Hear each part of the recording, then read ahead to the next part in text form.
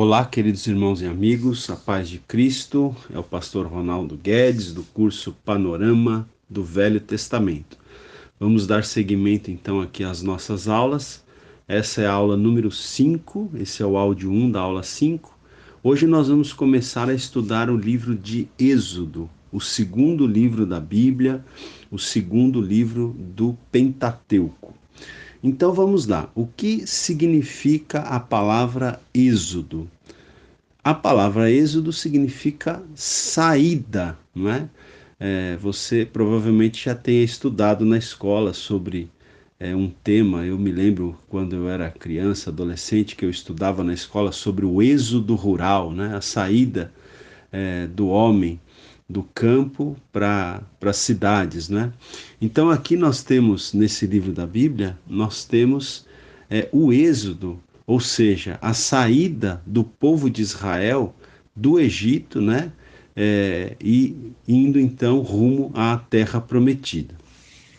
O autor do livro de Êxodo é Moisés. Moisés é o autor do livro de Êxodo, assim como se entende que Moisés foi também o autor do livro de Gênesis, ele é o autor do livro de Êxodo, e desses 5 primeiros livros, né, que compõem o Pentateuco, os 5 primeiros livros da Bíblia, ou seja, Gênesis, Êxodo, Levítico, Números e Deuteronômio.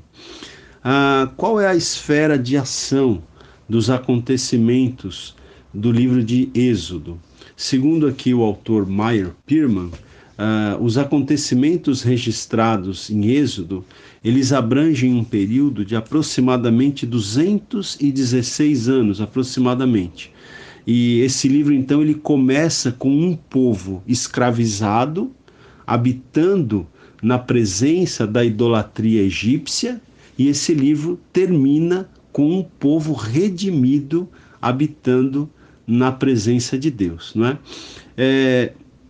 Eu estou aqui também com um livro que é o Comentário Bíblico do Wiersbe. Ele traz algumas informações bastante interessantes aqui, que eu acredito que vale a pena a gente falar, a gente dar uma conferida aqui. Quanto ao propósito do livro de Êxodo, o Wiersbe, ele diz o seguinte, que o livro de Êxodo, ele registra a libertação de Israel do Egito, e esse livro também apresenta os fatos históricos básicos a respeito da origem da nação hebreia e suas cerimônias religiosas, né? Então, é isso, é como a gente já tinha falado, o livro de Êxodo, ele vai falar da libertação, da saída de Israel do Egito, e vai falar também dos fatos históricos básicos a respeito da origem da nação hebreia, né? da nação de Israel. Ou seja, quando José leva para o Egito a sua família, o seu pai, os seus irmãos, as suas cunhadas, os seus sobrinhos, que era uma família aí em torno de 70, 75 pessoas, era uma família grande, mas ainda não era uma nação, ainda não era um povo, uma nação, não é? Eles se tornam uma nação lá dentro dos limites geográficos do Egito. Então aquela grande família se torna um povo, se torna uma nação, a nação de Israel, a nação hebraica ou hebreia, né? Então esse livro de Êxodo, ele termina trazendo para a gente esses fatos históricos básicos, então, a respeito da origem dessa nação, da nação judaica, da nação israelita. E também esse livro fala para a gente sobre algumas, né, das cerimônias religiosas que o povo de Israel, então, passa a praticar, né, principalmente depois da sua saída ali do Egito. Esse livro de Êxodo também, gente, ele traz muitos exemplos e muitos símbolos de Cristo, não é? Especialmente nas cerimônias do tabernáculo. Então, a gente vai falar ao longo do estudo no livro de Êxodo, um pouquinho, a gente vai falar sobre o tabernáculo que Deus, então, orienta Moisés a construir no deserto, né? Um tabernáculo, uma tenda. E, como eu disse aqui, as cerimônias que eram realizadas nesse tabernáculo, elas apontam muito para Cristo, elas são símbolos de Cristo. Aliás, Cristo está muito presente no livro de Êxodo, né? Embora você não vai ter nenhuma vez o nome Jesus sendo falado no livro de Êxodo, né? Como você não tem no Antigo Testamento. No Antigo Testamento não aparece o nome Jesus com referência especificamente a Jesus Cristo, ao Messias. Você vai ter no Antigo Testamento as profecias falando do Messias, do ungido do Senhor que viria, né? Mas você não tem o nome Jesus, você tem uma variação do nome que é Josué, né? Mas você não tem o nome Jesus especificamente falado ou citado no Antigo Testamento, né? Você tem então, como eu falei, as profecias a respeito do Messias, que nós sabemos então que depois Jesus nasce, ele cumpre essas profecias, ele é o Messias, né? Então no livro de Êxodo, Jesus está muito presente, embora o nome dele não seja citado, né, mas Jesus está muito presente, Jesus Cristo está muito presente no livro de Êxodo, né? Outra coisa, esse livro de Êxodo, ele registra também a entrega da lei. É aqui no livro de Êxodo que Moisés vai receber, né, os 10 mandamentos, as tábuas da lei e outras leis, outros mandamentos que Deus vai trazer para o povo, vai dar para o povo através de Moisés. E então, um outro comentário que o Wiersbe faz aqui, que é importante, ele diz assim que seria impossível entender muitas doutrinas do Novo Testamento sem a compreensão dos acontecimentos e dos símbolos relatados em Êxodo, né? Então, sem nós compreendermos os acontecimentos e os símbolos que estão relatados no livro de Êxodo, a gente perde. Se a gente não compreender isso, a gente termina não fazendo uma boa interpretação do Novo Testamento também. Outra coisa, o livro de Êxodo, ele traz muitos tipos, né? Ele é um livro rico em tipologia. Então eu vou citar aqui alguns tipos, né? Alguns tipos básicos aqui. Então vamos lá. Primeiro, o Egito, onde o povo está escravizado, o povo de Israel está escravizado no início do livro, o Egito é um tipo do sistema do mundo que se opõe ao povo de Deus e tenta mantê-lo em escravidão. Então, grave isso, o Egito ele é um tipo, ele tipifica o mundo, né? O mundo do qual o povo de Deus é tirado. Outra coisa, outro tipo, o faraó, ele é um modelo de Satanás, não é? Por quê? Porque ele exige adoração, ele desafia Deus e ele quer escravizar o povo de Deus. Então, esse é um outro tipo aqui do livro de Êxodo. O faraó é um tipo, é um modelo de Satanás, né? Outra tipificação, outra tipologia, melhor dizendo, que a gente tem aqui no livro de Êxodo, é que Israel, o povo de Israel, a nação de Israel, é um modelo da igreja. É um modelo da igreja, né? Ou seja, libertada da escravidão do mundo, levada em jornada de peregrinação e protegida por Deus. Então, o povo de Israel, né, é um modelo da igreja, que é como Israel foi libertada do Egito, a igreja foi libertada da escravidão do mundo, né? A igreja está sendo levada em uma jornada de peregrinação até a Canaã celestial, e a igreja é protegida por Deus, assim como Deus protegeu o seu povo também, tanto tirando-o do Egito, como protegendo e guiando no deserto. Outro tipo aqui, outra tipologia, Moisés, ele é um modelo de Cristo também. A gente vai falar mais sobre isso daqui a pouquinho. Outro tipo, no livro de Êxodo, o maná que Deus deu para o povo no deserto. Esse maná retrata Cristo, que é o pão da vida. Outro acontecimento que a gente tem no livro de Êxodo, que é muito interessante, que também aponta para Jesus, a rocha ferida, né? Quando Deus disse para Moisés que ele não deveria bater na rocha, mas ele deveria falar à rocha. Na primeira vez, Deus falou para Moisés ferir a rocha, mas na segunda vez, ele não deveria ferir a rocha, apenas falar, mas ele fere a rocha pela segunda vez, não é? E a gente vai falar disso um pouco à frente, mas o fato é que essa rocha ferida, ela também é um tipo de Cristo ferido, né? E a gente também tem a Páscoa, que é relatada no livro de Êxodo, e a Páscoa, ela aponta, assim, muito claramente, né, para Jesus, para a morte de Jesus. Então veja quantas aplicações, né, nós podemos tirar aqui no livro de Êxodo, ou veja como que o livro de Êxodo aponta para Cristo, não é? A gente vê Cristo muito presente no livro de Êxodo. Na questão que a gente falou de que Moisés é um modelo de Cristo, nós temos aqui algumas comparações entre Moisés e Cristo, e nós temos um contraste entre Moisés e Cristo. Quais são as comparações? Moisés condenou o Egito e Cristo condenou o mundo. Moisés libertou o povo de Deus por intermédio do sangue, da mesma forma que Cristo libertou o seu povo por intermédio do sangue derramado ali na cruz do Calvário. Moisés guiou o povo, alimentando o povo e carregando o fardo do povo. E é o que Cristo faz conosco, né? Ele alimenta o seu povo, ele dá amparo e apoio para o seu povo. Agora, um contraste que a gente tem entre Moisés e Cristo é que Moisés ele não fez Israel entrar na Terra Prometida, né? Moisés ele tira o povo de Israel, ele é o instrumento que Deus usa para o povo de Israel sair do Egito, mas Moisés, a gente vai falar à frente, ele termina não liderando o povo na entrada da Terra Prometida. Quem fez isso foi Josué, e esse não é o caso de Cristo, porque ele não só nos tirou do mundo, como ele mesmo é o nosso guia que está à nossa frente, que vai nos conduzir à Terra Prometida, à Nova Jerusalém, a Canaã Celestial.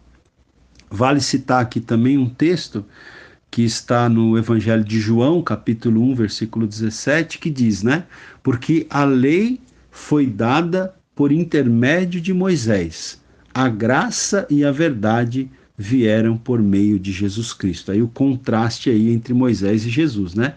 A lei foi dada por intermédio de Moisés, mas a graça e a verdade vieram por meio do Senhor Jesus Cristo. Esse texto está lá em João, capítulo 1, versículo 17. Bom, gente, ainda vale aqui citar mais um detalhe interessante, é que no livro de Gênesis, nós temos 6 personagens muito importantes, né? A gente falou, quando a gente falou das aulas do livro de Gênesis, quais são esses 6 personagens extremamente importantes que estão relatados no livro de Gênesis?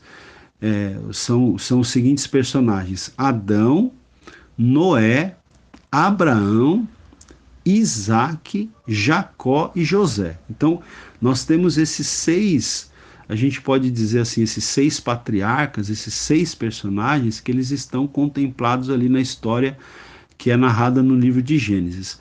Já a partir de Êxodo até o livro de Deuteronômio, ou seja, nos 4 livros seguintes ao livro de Gênesis, o personagem principal, vamos dizer assim, é Moisés, né?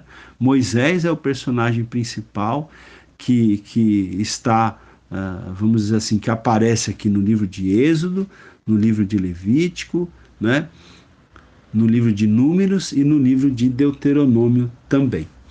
Ok. Bom, é importante a gente então lembrar, né, como eu falei já um pouquinho, que o livro de Êxodo ele se inicia, né, com os descendentes de Jacó no Egito. Então aquela família de José, né, de Jacó, seu pai, que foi levada para o Egito, essa família está no Egito, então, quando começa o livro de Êxodo. Eu vou dar um pause aqui, no próximo áudio a gente vai comentar mais a respeito disso, ok? Até já. Ok, irmãos, vamos continuar então aqui, esse é o áudio 2 da aula número 5, a gente está falando do livro de Êxodo, né? Então, gente, como eu estava falando, é interessante a gente entender então isso, né? Essa conexão. O livro de Gênesis termina, né, com a família de José, cujo pai era Jacó, então a família de Jacó, que teve o seu nome mudado para Israel. A família de Jacó, de Israel, está no Egito. José levou a sua família para o Egito, para que eles não morressem de fome naquele período de fome que a terra de Canaã passou. Então, essa grande família de 70, 75 pessoas, com o passar dos anos, ela vai se tornando então uma nação, um povo, não é? E nós sabemos que José morreu, né? O tempo passou, José morreu, aquele faraó que favorecia José também morreu, então outros reis foram surgindo, né? Faraó era um título para os reis do Egito, todos os reis do Egito eram chamados de faraó. Então, os faraós que vieram posteriormente, eles começaram a ficar amedrontados, né? Porque eles perceberam que o povo de Israel crescia muito e eles temeram que esse povo se tornasse mais forte do que eles mesmos, os egípcios. Então, os egípcios terminam escravizando o povo de Israel, para que o povo de Israel não se tornasse mais forte do que eles e tomasse ali o domínio, o poder do Egito. Então, o povo de Israel termina sendo escravizado, né? E não só o povo foi escravizado, como também, em um determinado momento, o faraó que reinava naquela época, ele manda, não é, que todas as crianças do sexo masculino que nascessem, que elas fossem lançadas no rio Nilo, né? Por que o faraó usou dessa estratégia? Porque se os meninos fossem mortos ali já desde o nascimento, o povo não ia procriar, né? Ia chegar um momento que a procriação, a multiplicação, o crescimento do povo de Israel ia ficar comprometido. Então essa é uma estratégia que o faraó usa para impedir o crescimento e o fortalecimento do povo. E é justamente nesse contexto, nessa época em que o faraó manda que as crianças fossem mortas, os meninos, é justamente nessa época que nasce Moisés, né? Moisés ele nasce justamente nessa época e a gente sabe que a família de Moisés então conseguiu ali durante mais ou menos ali uns 3 meses, né? Por 3 meses conseguiu esconder Moisés para que nenhum soldado ali do exército de Faraó percebesse, né, que Moisés ainda não tinha sido jogado no rio Nilo, né? Então a família de Moisés consegue esconder ali Moisés por 3 meses, né? E quando não tinha mais como esconder o menino, então você conhece a história, os pais de Moisés colocam Moisés num cestinho, né? E colocam Moisés dentro desse cestinho no rio Nilo e o cestinho vai então ali seguindo o curso das águas do Nilo. A gente sabe que o texto bíblico diz que a irmã de Moisés, Miriam, ela foi acompanhando de longe, né, o cesto ali no rio Nilo e esse cestinho ele vai parar então num lugar ali no rio Nilo, onde a própria filha de Faraó, né, uma princesa, ela está ali se banhando então no rio Nilo, juntamente ali com as suas criadas e tudo mais, e nesse momento então chega o cestinho de Moisés. E quando a filha de Faraó percebe que tem uma criança ali dentro daquele cestinho, quem sabe a criança estava até chorando, né? Então ela fica comovida e ela já logo percebe que é uma criança do povo hebreu, porque ela percebe que alguma mãe, né, não quis ver o seu filho morrendo, né, como todas as outras mães não queria, mas essa mãe então teve essa estratégia de colocar o filho naquele cesto, né? Então a filha de Faraó já logo percebe que se trata de uma criança hebreia, né?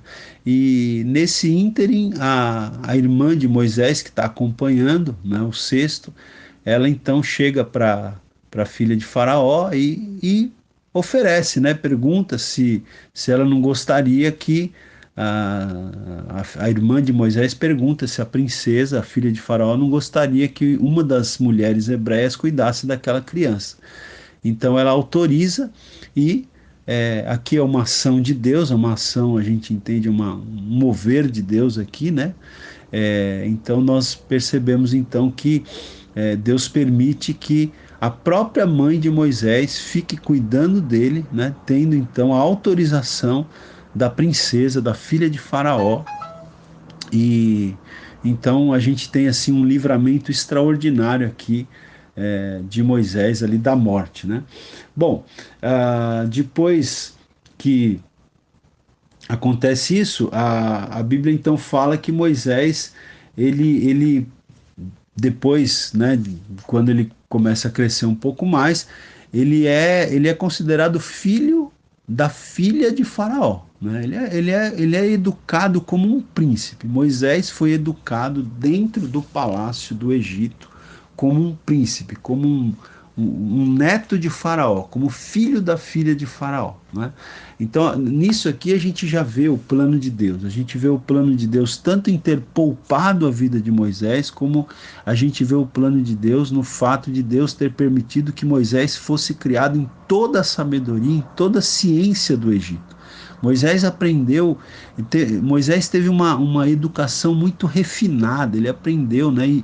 E é interessante a gente pensar que o Egito naquela época era o povo mais adiantado, vamos dizer assim, em termos de conhecimento.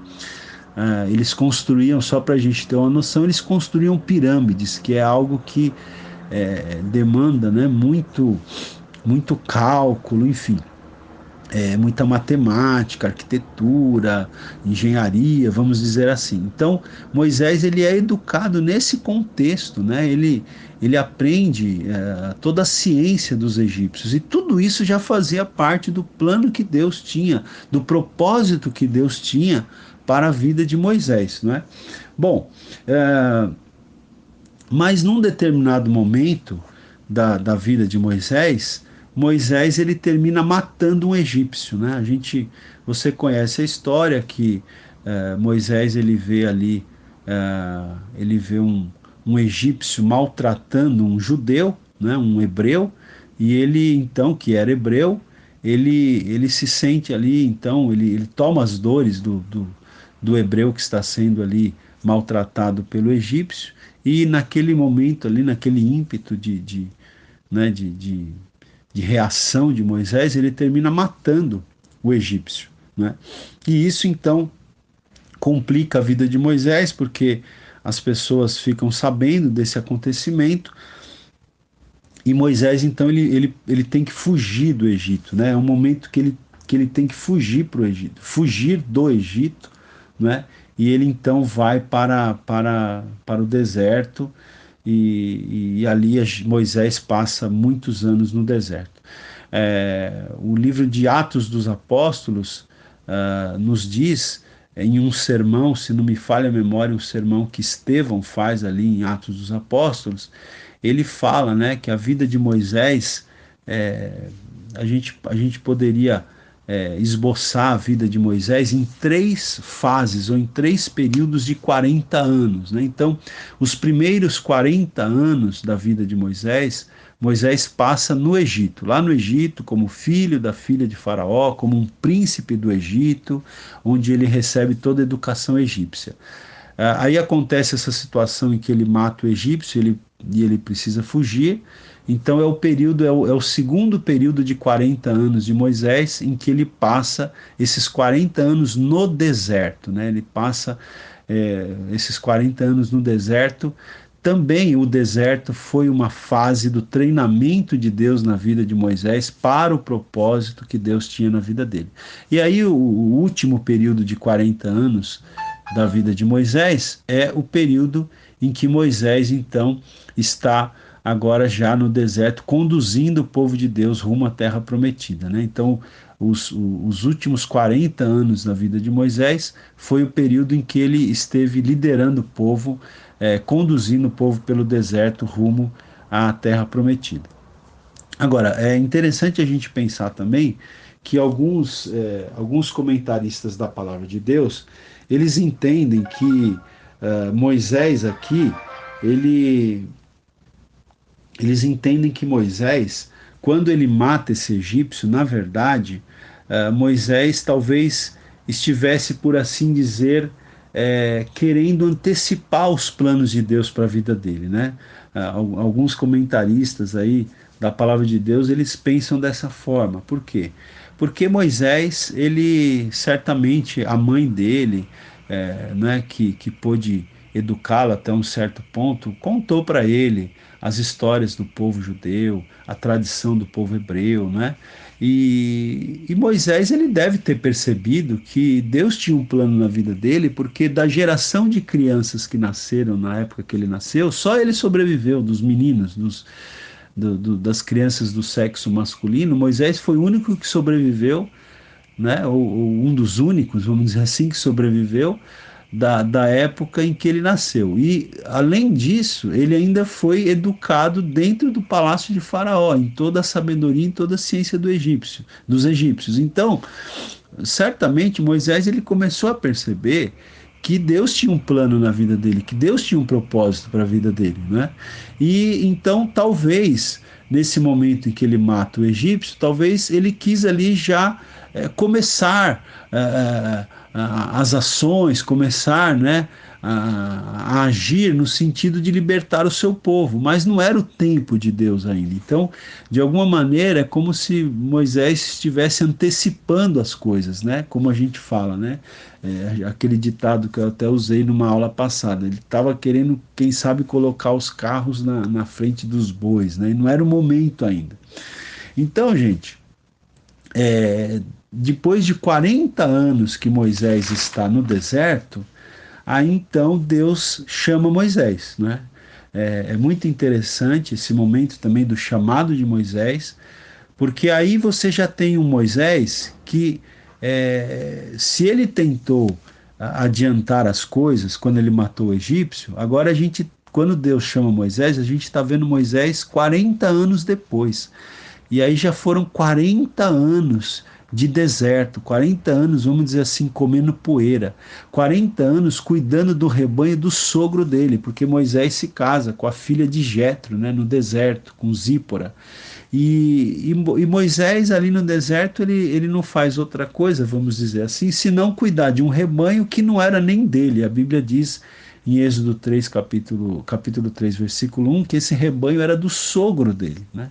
Então veja que o período que Moisés passou no deserto certamente foi um período de muita frustração. Às vezes eu penso que Moisés talvez já tivesse até perdido as esperanças de que Deus tivesse algum plano na vida dele, porque tinha passado tanto tempo já e ele tinha sido tão assim, vamos dizer assim, tão tratado por Deus, né? Naquele deserto, cuidando daquelas poucas ovelhas que nem eram dele.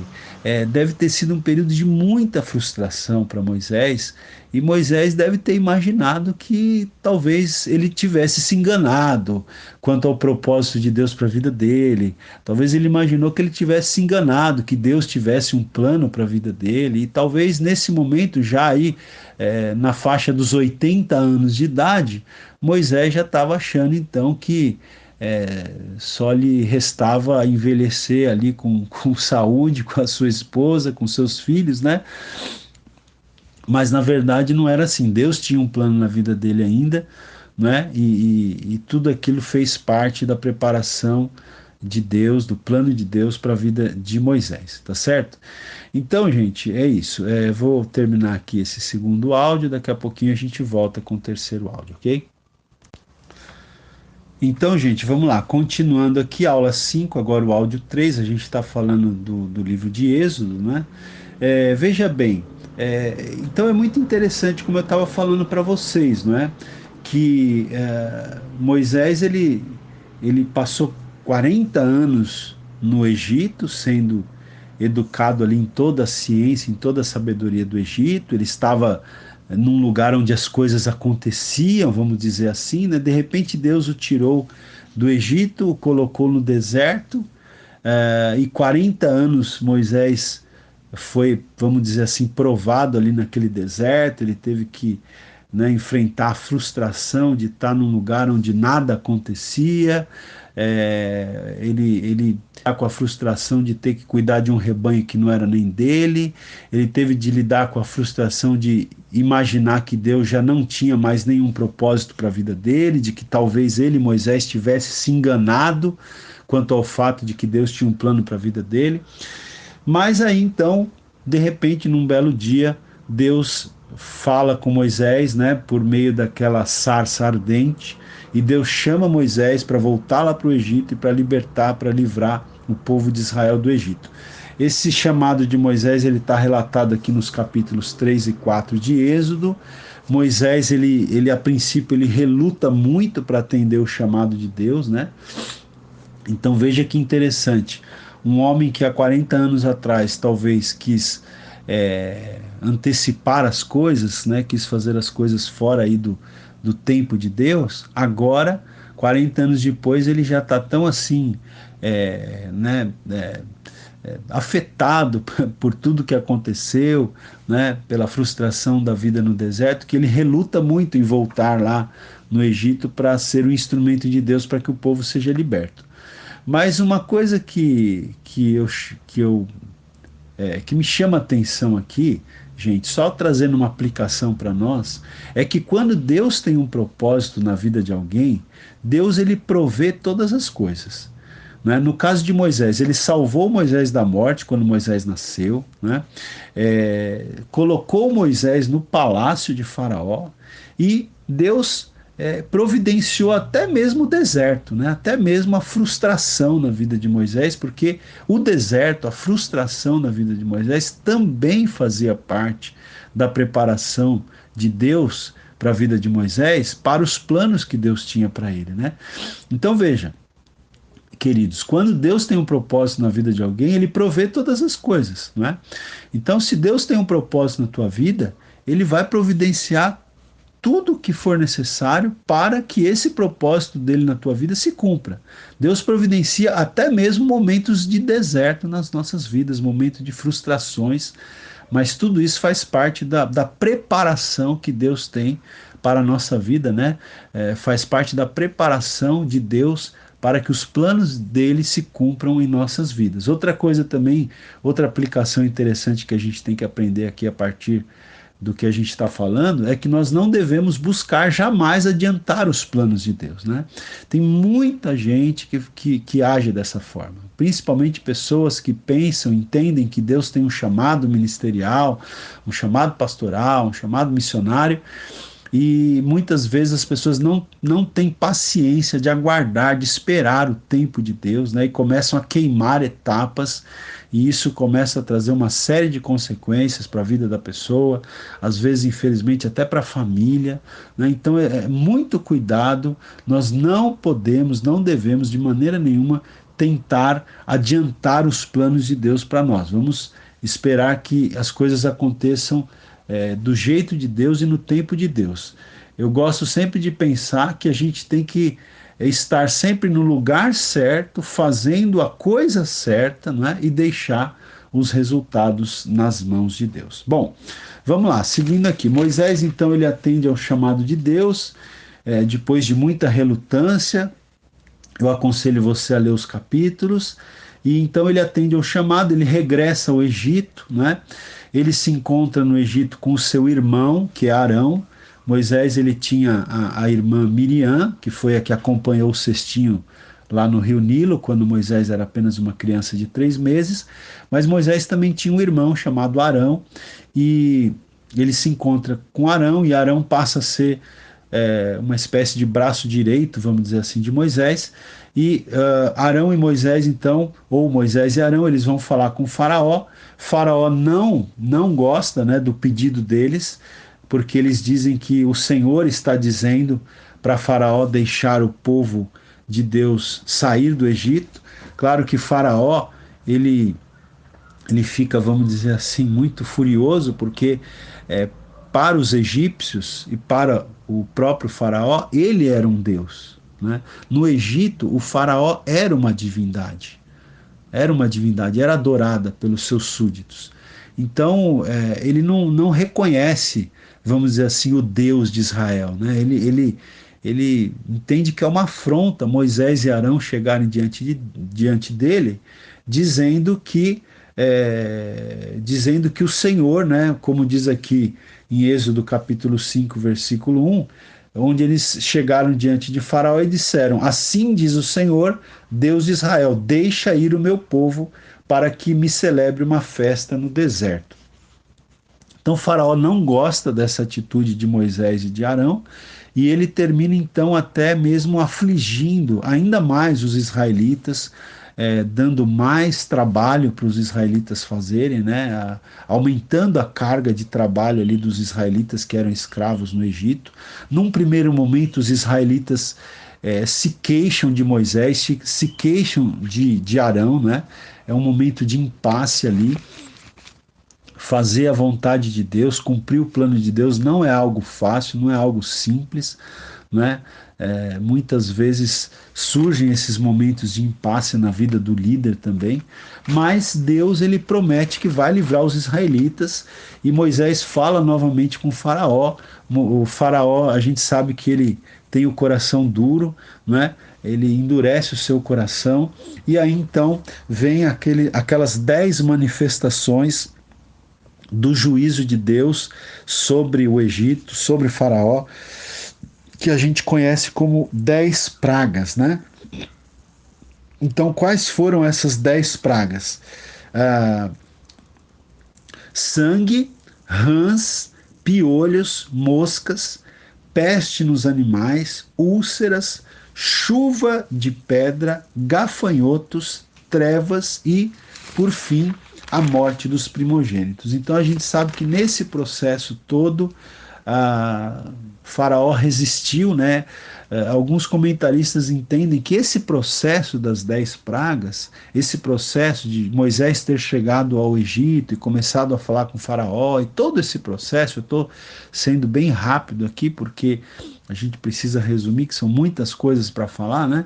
Mas esse processo todo das 10 pragas teria durado em torno mais ou menos de um ano. Quando a gente está lendo no texto, parece que é uma coisa atrás da outra, mas teria durado em torno de um ano esse processo das 10 pragas. E então, quando Deus anuncia a 10ª praga, antes de acontecer ainda a 10ª praga, que seria a morte dos primogênitos, né, do Egito, tanto dos homens quanto dos animais, antes de acontecer a 10ª praga, nós temos uma parte aqui na Bíblia, um texto aqui na Bíblia que é importantíssimo, né, que é a instituição da Páscoa. Então, a Páscoa ela é instituída nesse momento, no momento em que o povo de Israel está para sair da terra do Egito, no momento em que o povo de Israel está para ser liberto, né, da escravidão no Egito.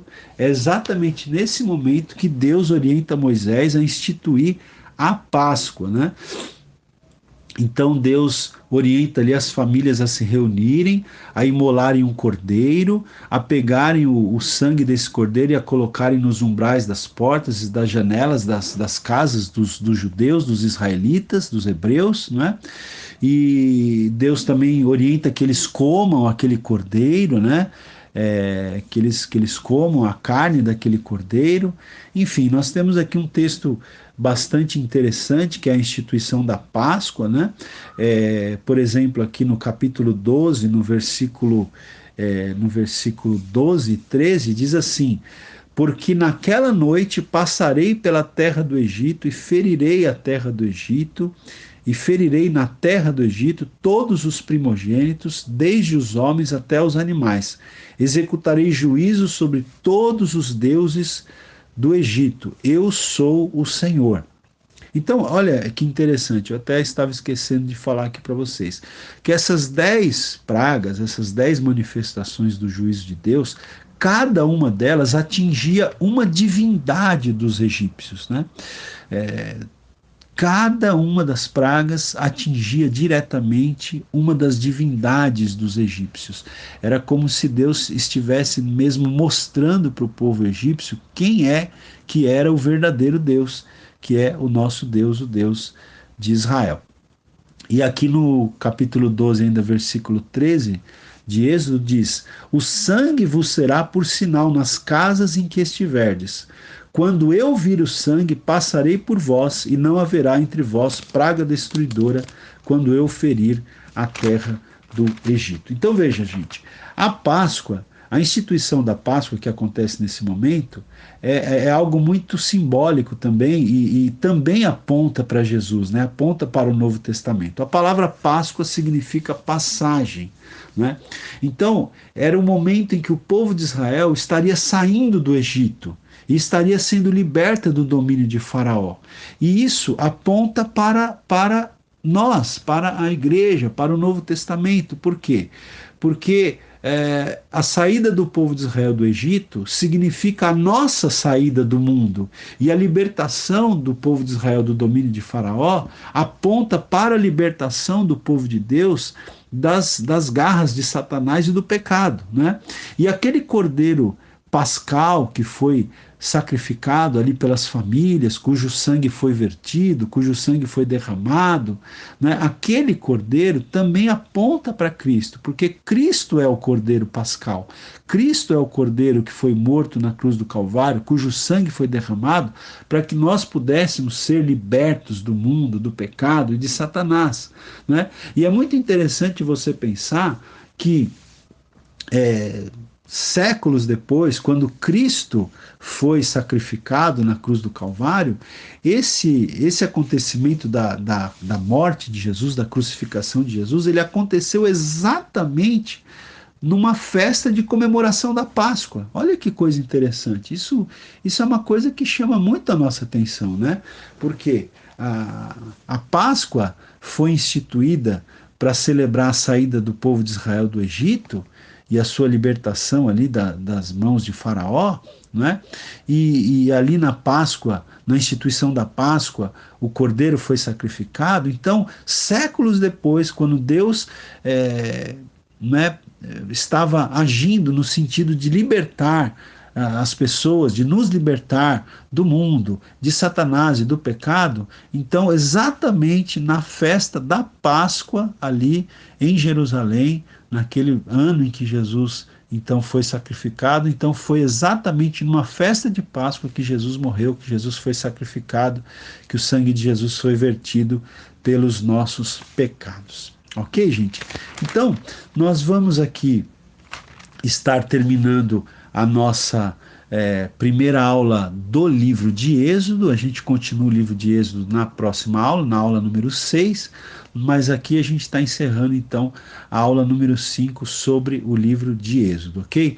Eu quero, queridos, te incentivar a ouvir essas mensagens mais de uma vez. Não se contente em ouvir apenas uma vez. Enquanto você fica aguardando a vinda da próxima aula, a gente está mandando as aulas sempre nas terças e sextas-feiras. Às vezes a gente manda também umas aulas bônus aí no dia seguinte. Mas enquanto você aguarda a chegada da próxima aula, vai ouvindo novamente, né? Aproveita aí o seu tempo que você está no ônibus, no metrô, ou até mesmo dentro do carro, ou as irmãs aí fazendo sua comida, lavando sua louça, ou quem sabe até o momento que você está num momento de atividade física, fazendo uma caminhada, fazendo aí né, uma atividade física, você pode ir aproveitando para ir ouvindo e memorizando e gravando essas aulas de panorama do Velho Testamento, ok? Até a próxima aula, Deus abençoe a todos em nome de Jesus.